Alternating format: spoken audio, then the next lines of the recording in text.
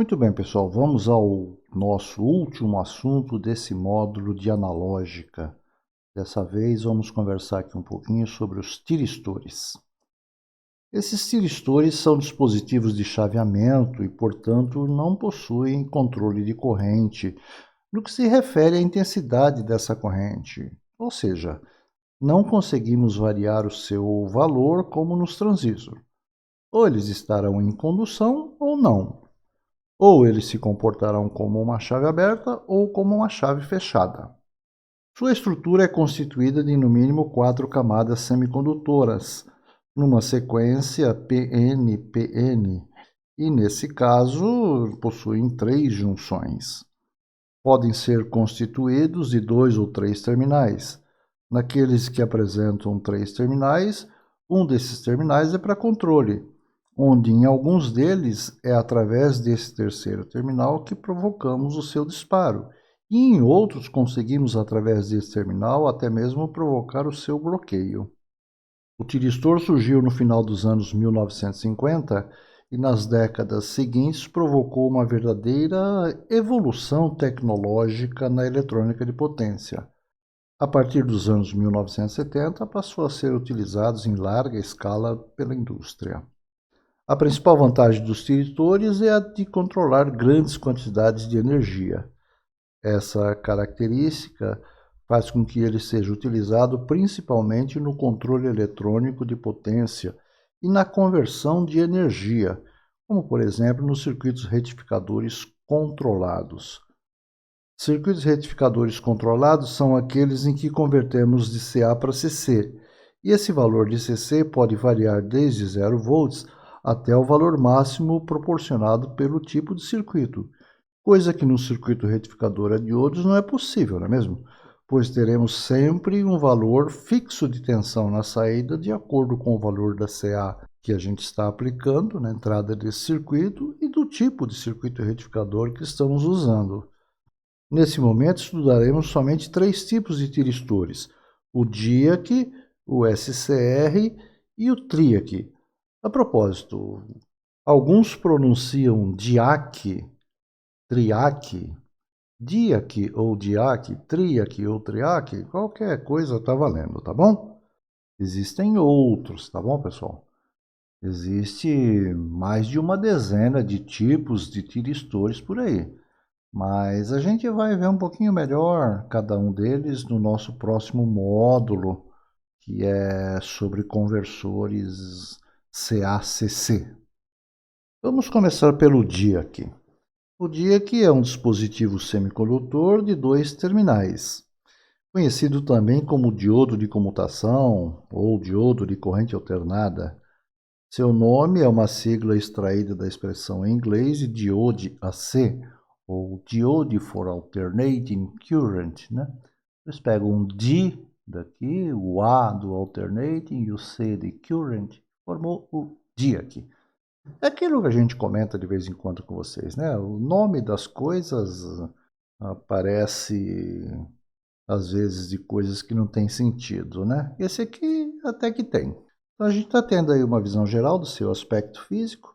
O DIAC, pessoal, vai ser sempre um componentezinho pequenininho aí, do tamanho de um desses diodinhos aí, tá? Normalmente no encapsulamento, às vezes é de vidro, mas ele sempre vai ser pequenininho, porque o DIAC em si, como a gente vai ver, ele não é para controle de altas correntes. Aqui nós temos o seu símbolo, como se fosse 2 diodos, um virado para cada lado, né? E a sua estrutura interna com as suas camadas de material P e material N. Esses terminais do DIAC são identificados como anodo 1 e anodo 2. No componente não tem uma identificação, pelo menos em termos de uso, de quem é anodo 1 e de quem é anodo 2. Nós é que podemos definir isso nos diagramas. Você vai pegar o componente lá, você vai falar, esse aqui é o anodo 1, esse aqui é o anodo 2, ou vice-versa. Isso não tem problema, tá bom? O DIAC é bidirecional em termos de condução, né? Ou seja, ele se comporta do mesmo jeito, seja qual for a polaridade de tensão.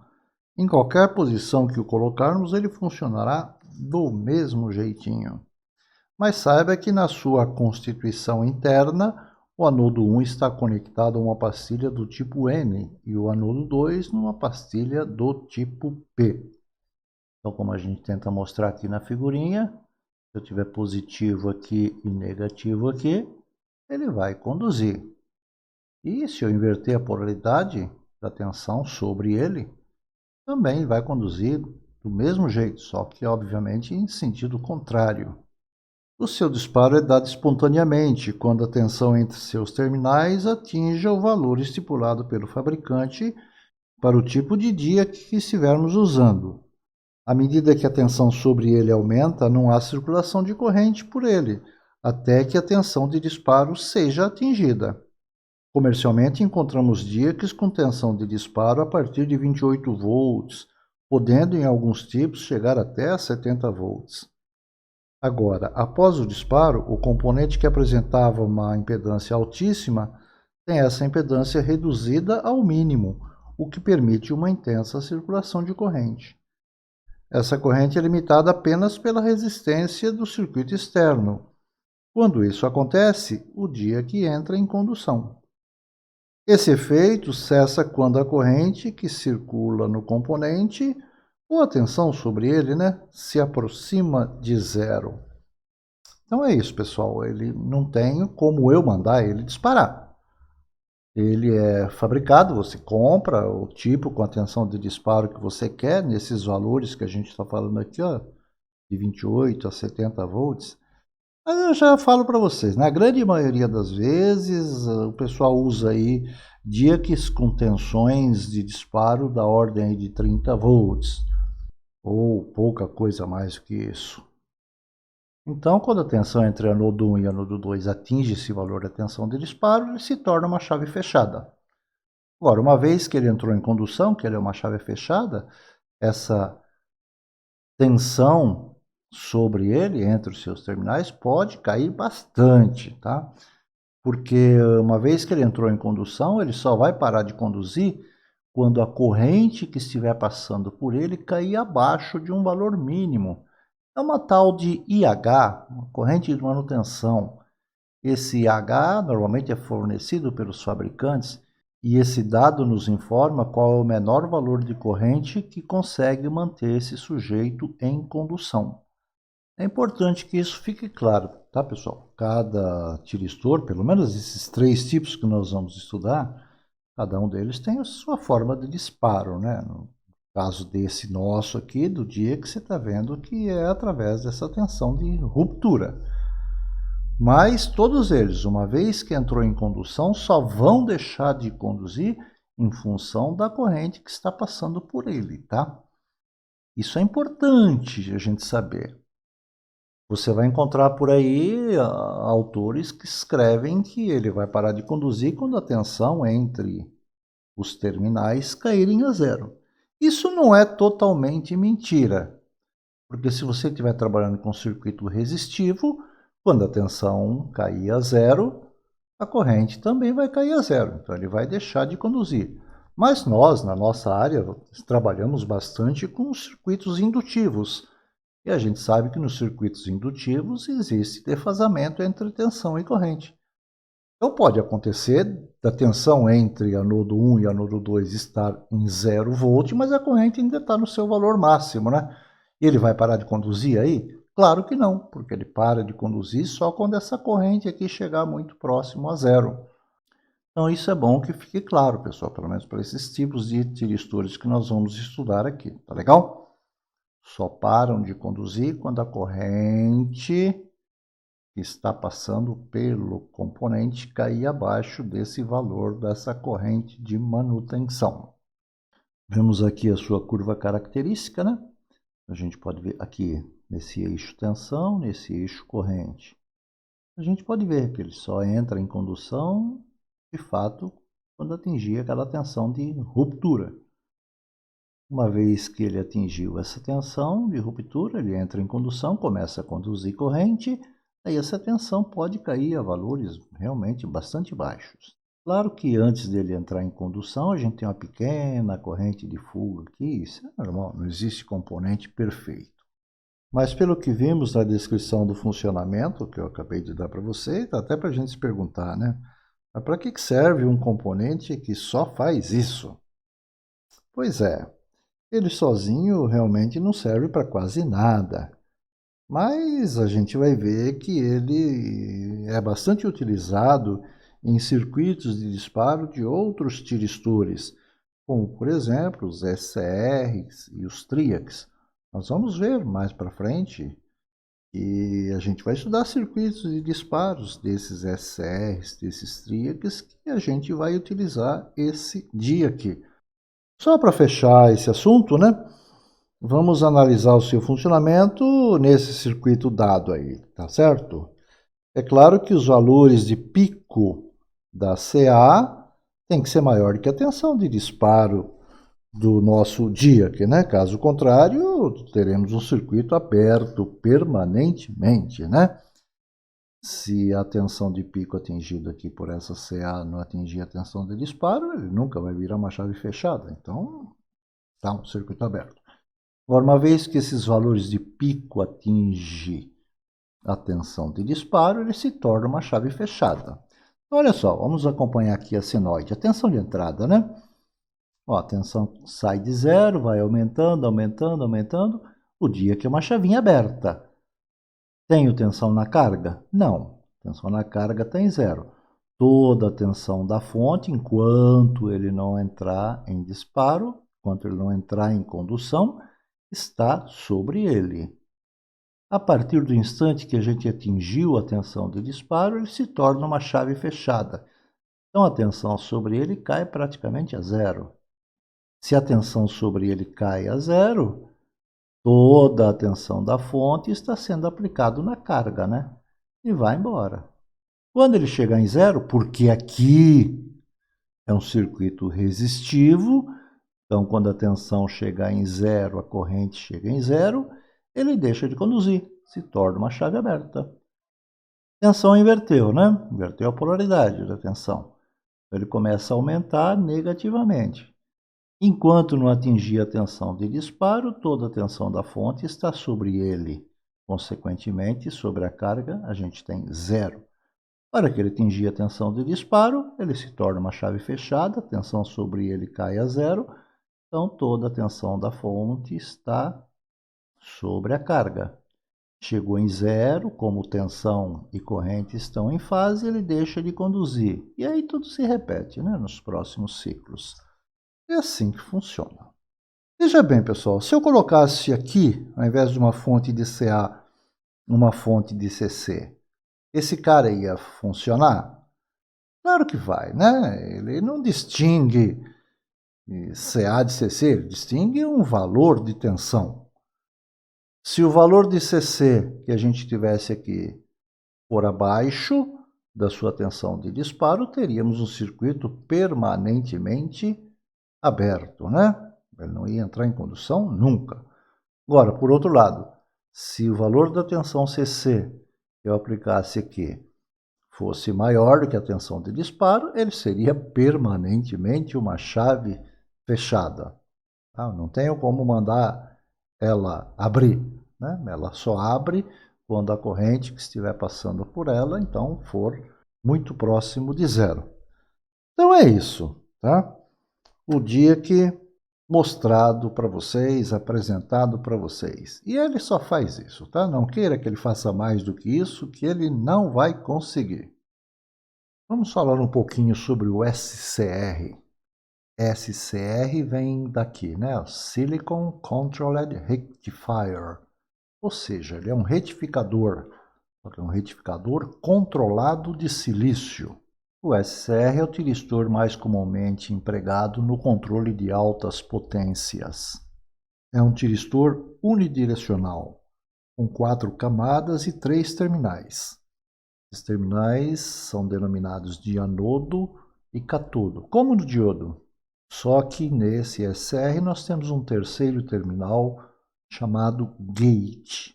Gate, se você for traduzir ao pé da letra, é portão, porta, comporta.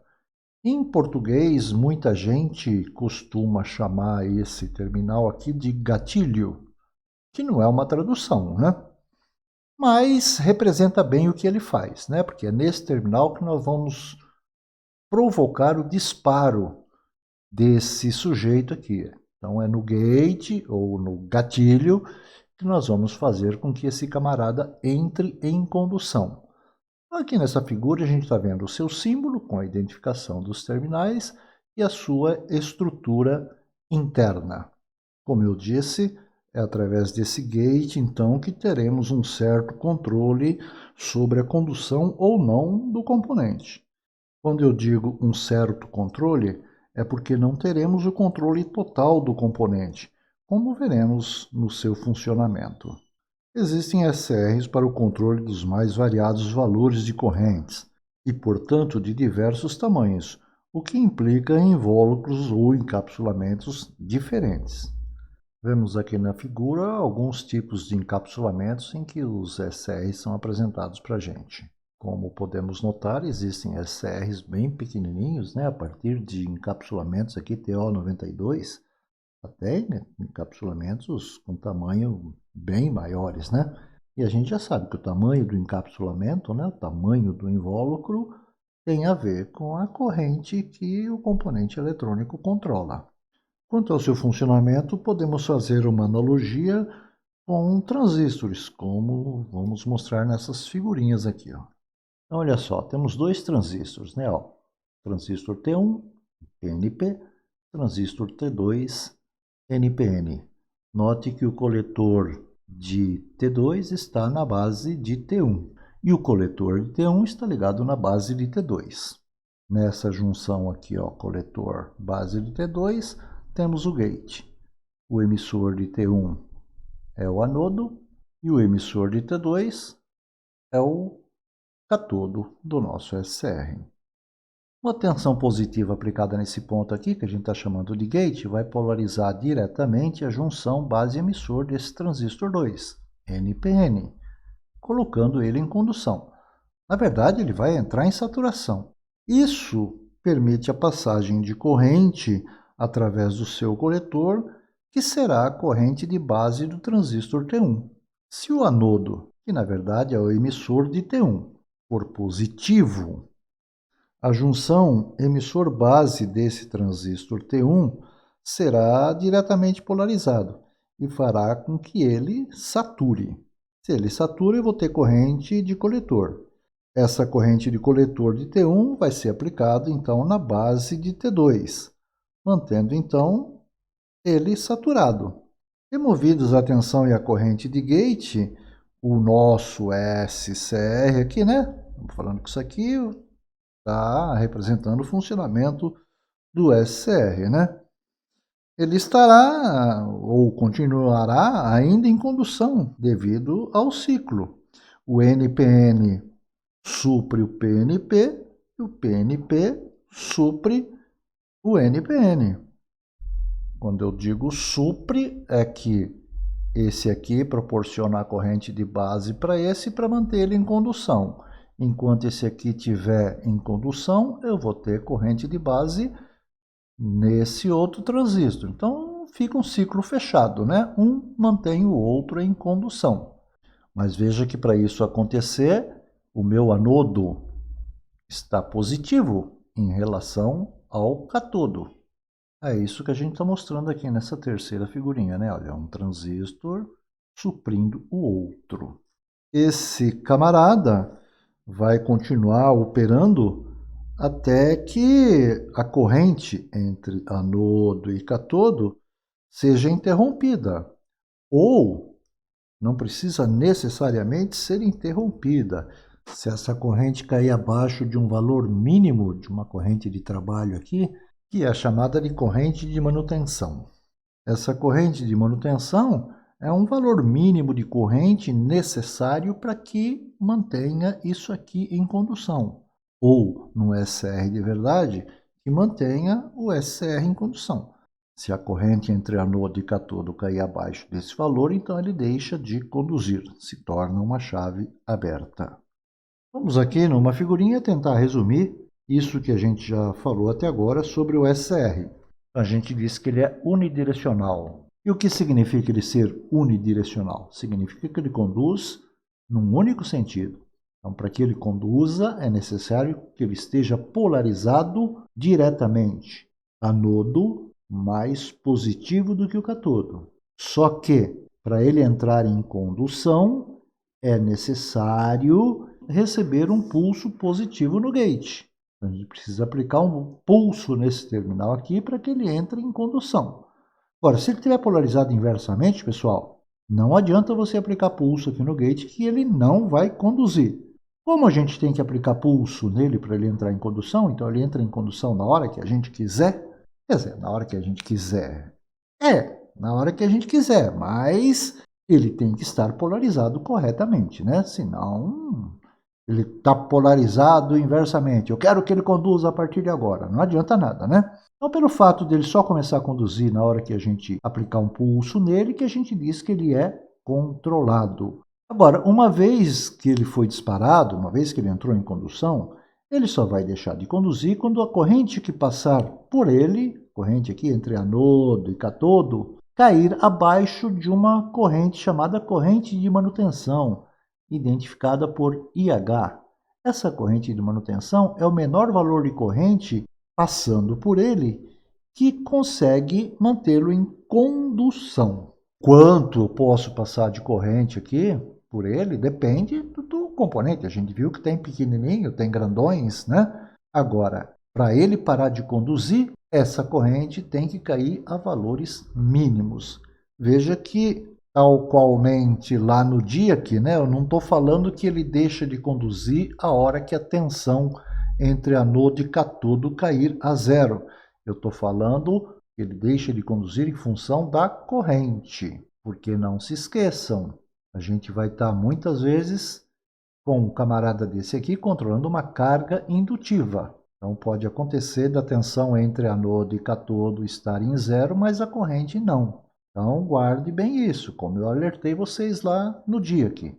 Ele não para de conduzir quando a tensão entre anodo e cátodo zerar, e sim quando essa corrente chegar a praticamente zero. Por isso que eu disse agora há pouquinho, pessoal, que ele é controlado, mas não totalmente controlado, né? Veja que eu consigo mandar ele entrar em condução, mas não consigo mandar ele parar de conduzir, tá certo? Mas isso aí já é um ganho fantástico. Uma outra coisa, pessoal, que a gente precisa ficar esperto.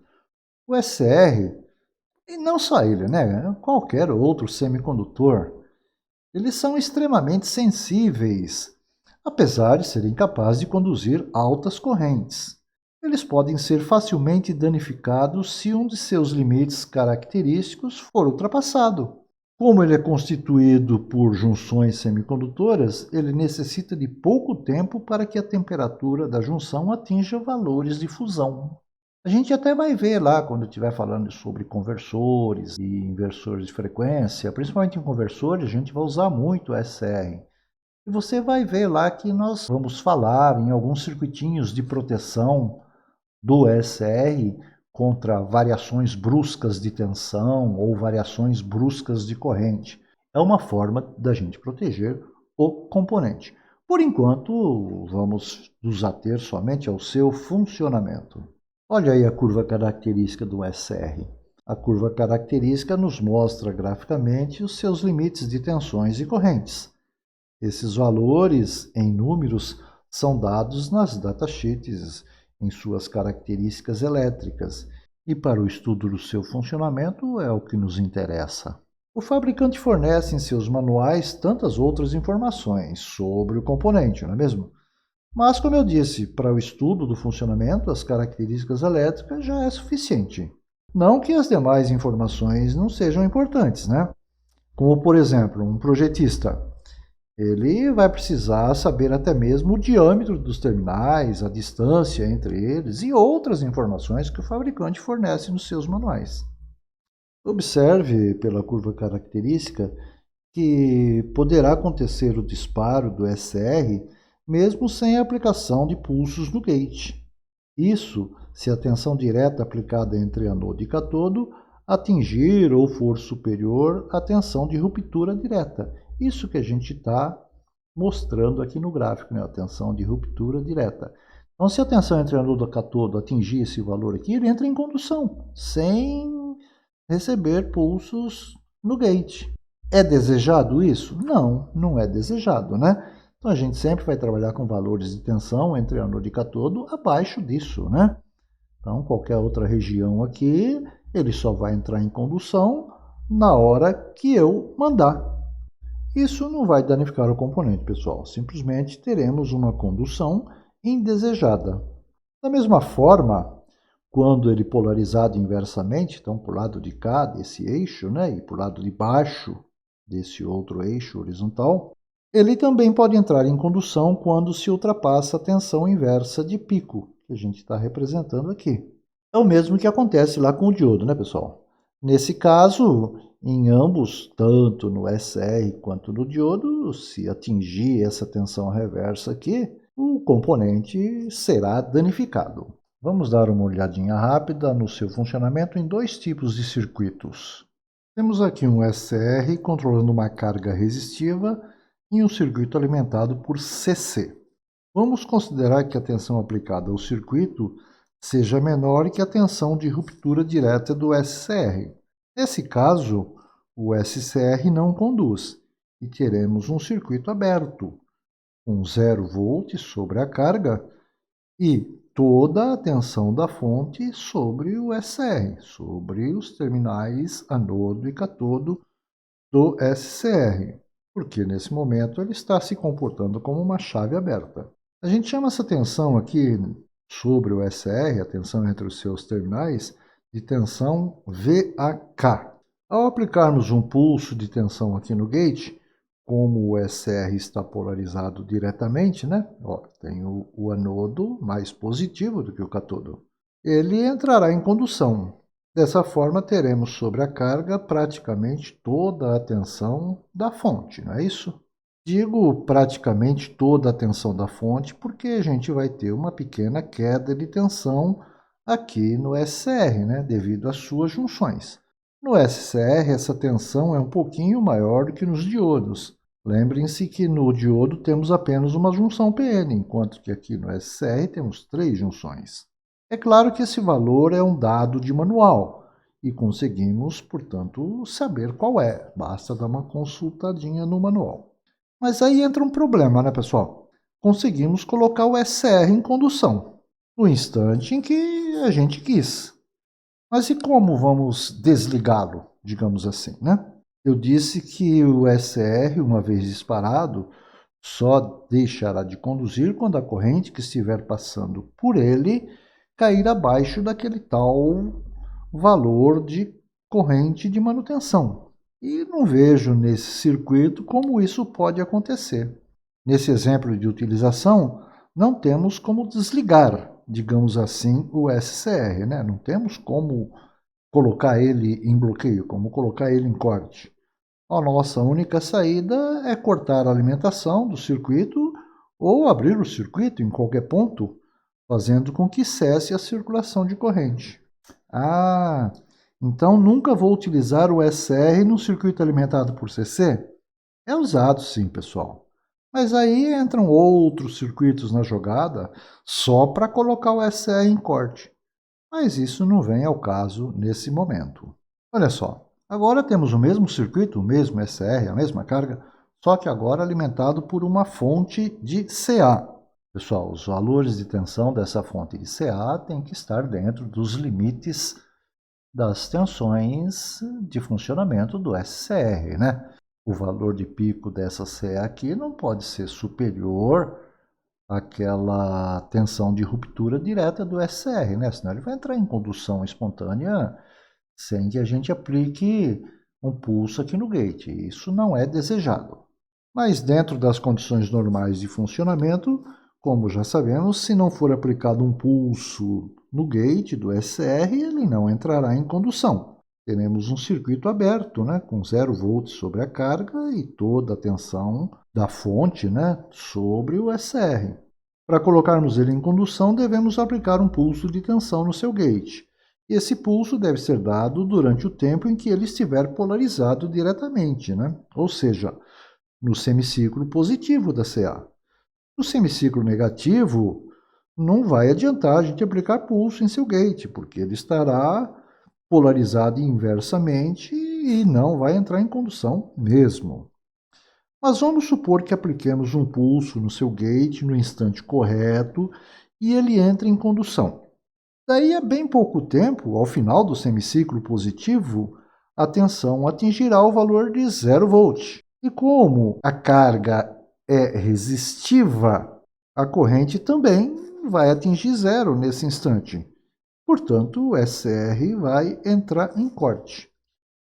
Para que ele entre em condução novamente, precisa receber um novo pulso no gate no próximo semiciclo. Isso não dá para ser feito manualmente, não é mesmo? Numa frequência de 60 Hz, a gente tem aproximadamente um tempo de 16,6 milissegundos por ciclo e, portanto, em torno de 8,3 milissegundos em cada semiciclo. Definitivamente não dá para aplicar nos pulsos manuais num intervalo de tempo tão curto. É aí que entram os circuitos de disparo do SCR. Esses circuitos de disparo serão estudados na próxima aula. Temos diversos tipos de circuito de disparo. São circuitos geradores de pulso, uns bem simplesinhos e outros bem mais complexos, na forma de circuitos integrados, mas esses muito mais precisos, tá legal? Esses pulsos de disparo gerados por esses circuitos podem ser sincronizados com a rede ou não. Veremos melhor isso quando a gente montar um circuitinho aí e estudar esses circuitos de disparo. Mas por enquanto chega de SCR. Vamos falar agora um pouquinho sobre o TRIAC. Basicamente, tudo o que dissemos sobre o SCR vale para o TRIAC. Só que o TRIAC é bidirecional, ou seja, conduz nos dois sentidos. Então, seja qual for a polaridade da tensão em seus terminais, ao receber um pulso no gate, ele entrará em condução. Vemos na figura sua estrutura interna e o seu símbolo. Seus terminais são identificados por T1, T2 e gate. Alguns costumam identificar, até mesmo fabricantes, como MT2, MT1 e gate.